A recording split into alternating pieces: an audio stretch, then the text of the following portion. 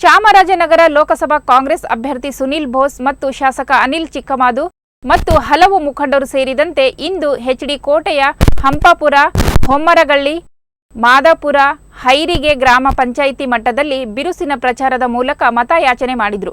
ಇದೇ ಸಂದರ್ಭದಲ್ಲಿ ಮಾತನಾಡಿದ ಶಾಸಕ ಅನಿಲ್ ಚಿಕ್ಕಮಾದು, ನಾನು ವಿಧಾನಸಭಾ ಚುನಾವಣೆಯಲ್ಲಿ ಸ್ಪರ್ಧೆ ಮಾಡಿದ್ದ ವೇಳೆಯಲ್ಲಿ ನನಗೆ ಅತ್ಯಧಿಕ ಮತಗಳನ್ನು ನೀಡಿ ನನಗೆ ಆಶೀರ್ವಾದ ಮಾಡಿದಿರಿ. ಹಾಗೆಯೇ ಈ ಚುನಾವಣೆಯಲ್ಲಿ ನಮ್ಮ ಪಕ್ಷದ ಅಭ್ಯರ್ಥಿಯಾದ ಸುನಿಲ್ ಬೋಸ್ ರವರಿಗೂ ಅಧಿಕ ಮತ ನೀಡಬೇಕೆಂದು ಮನವಿ ಮಾಡಿದರು. ನಮಗೆ ಗ್ರಾಮದಿಂದ ಡೆಲ್ಲಿವರೆಗೂ ಕೂಡ ಪ್ರತಿಯೊಬ್ಬರು ಕಾರ್ಯಕರ್ತರು ಇರ್ತಕ್ಕಂಥದ್ದನ್ನ ನಾವೆಲ್ಲರೂ ಕೂಡ ಗಮನಿಸಬಹುದು. ಕಾಂಗ್ರೆಸ್ ಪಕ್ಷ ತುಗುಡ ಆಗೈತೆ ಅಂತ ಮಾತನ್ನು ಕೂಡ ಅವರು ಹೇಳಿರ್ತಕ್ಕಂಥದ್ದು ನಾವು ವೀಕ್ಷಣೆಯನ್ನ ಮಾಡಿದ್ವಿ. ಖಂಡಿತವಾಗ್ಲೂ ಅದು 100ಕ್ಕೆ 100 ಸುಳ್ಳುವಾದಂತ ಮಾತು. ಅದು ಬಿಜೆಪಿ ಪಕ್ಷ ಆ ರೀತಿ ಆಗಿರ್ತಕ್ಕಂಥದ್ದು. ನಾವು ಕಾಂಗ್ರೆಸ್ ಪಕ್ಷದ ಅಧ್ಯಕ್ಷರಾದಂತ DK ಶಿವಕುಮಾರ್ ಸಾಹೇಬ್ರು ಇರ್ಬೋದು, ಜೊತೆಗೆ ಸಿದ್ದರಾಮಯ್ಯ ಸಾಹೇಬ್ರು ಇರ್ಬೋದು, ಜೊತೆಗೆ ಖರ್ಗೆ ಸಾಹೇಬ್ರು ಇರ್ಬೋದು, ಇವರೆಲ್ಲರ ನೇತೃತ್ವದಲ್ಲಿ ಕಾಂಗ್ರೆಸ್ ಪಕ್ಷ ಕರ್ನಾಟಕ ರಾಜ್ಯದಲ್ಲಿ ಬಹಳ ಭದ್ರಕೋಟೆ ಇರೋದಕ್ಕೆ ಇವತ್ತು ಬಹಳ ಹೆದರಿಕೆಯಿಂದ ಈ ಮಾತನ್ನ ಬಿಜೆಪಿ ನಾಯಕರು ಹಾಡ್ತಿದ್ದಾರೆ ಅಂತ ಈ ಸಂದರ್ಭದಲ್ಲಿ ನಾನು ಹೇಳಕ್ ಇಷ್ಟಪಡ್ತೀನಿ. ಬಳಿಕ ಮಾತನಾಡಿದ ಅಭ್ಯರ್ಥಿ ಸುನಿಲ್ ಬೋಸ್, ಕಳೆದ 10 ವರ್ಷಗಳ ಹಿಂದೆ ಬಿಜೆಪಿ ಬಿಡುಗಡೆ ಮಾಡಿದ ಪ್ರಣಾಳಿಕೆಯನ್ನೇ ಜಾರಿಗೊಳಿಸದೇ ಇದ್ದರೂ ಸಹ ಈ ಬಾರಿಯೂ ಅದೇ ಪ್ರಣಾಳಿಕೆಯನ್ನು ಬಿಡುಗಡೆ ಮಾಡಿದ್ದಾರೆ. ಇದು ಹಾಸ್ಯಾಸ್ಪದ ಎಂದರು.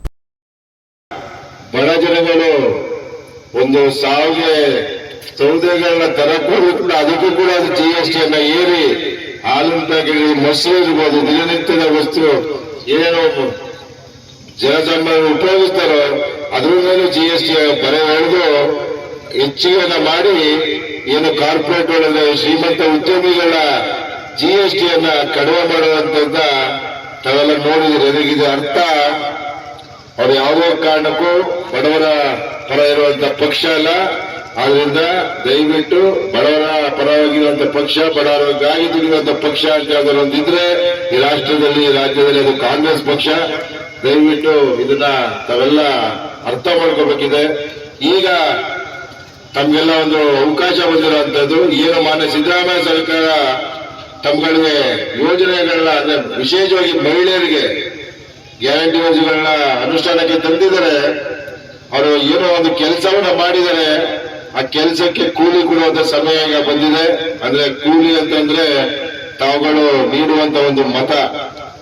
ಚಾಮರಾಜನಗರ ಲೋಕಸಭಾ ಕ್ಷೇತ್ರಕ್ಕೆ ಮಾನ್ಯ ಸಿದ್ದರಾಮಯ್ಯ ಅವರ ಕ್ಷೇತ್ರವಾದಂತ ವರ್ಣಾ ಕ್ಷೇತ್ರ ಕೂಡ ಬರುವಂತದ್ದು. ಎಲ್ಲ ವಿರೋಧ ಪಕ್ಷದವರು ಈ ಭಾಗದ ಫಲಿತಾಂಶವನ್ನ ಅತಿ ಹತ್ತಿರದಿಂದ ಗಮನಿಸ್ತಾ ಇರುವಂತದ್ದು. ಆದ್ರಿಂದ ದಯವಿಟ್ಟು ನಮ್ಮ ಮಹಿಳೆಯರಿಗೆ, ನಮ್ಮ ಯುವಕರಿಗೆ, ಮುಖಂಡರಿಗೆ ಹೇಳುವಂತದ್ದು, ತಾವುಗಳು ಅವರು ಏನು ಅಭಿವೃದ್ಧಿಯನ್ನ ಮಾಡಿದ್ದಾರೆ, ಅದಕ್ಕಾಗಿ ಅವರು ತಮ್ಮ ಅಮೂಲ್ಯವಾದ ಮತವನ್ನ ಮಹಿಳೆಯರು ವಿಶೇಷವಾಗಿ ಎಲ್ಲ ಫಲಾನುಭವಿಗಳಲ್ಲಿ ಇದ್ದೀರಿ ಅಂತ ಭಾವಿಸ್ತಾನೆ.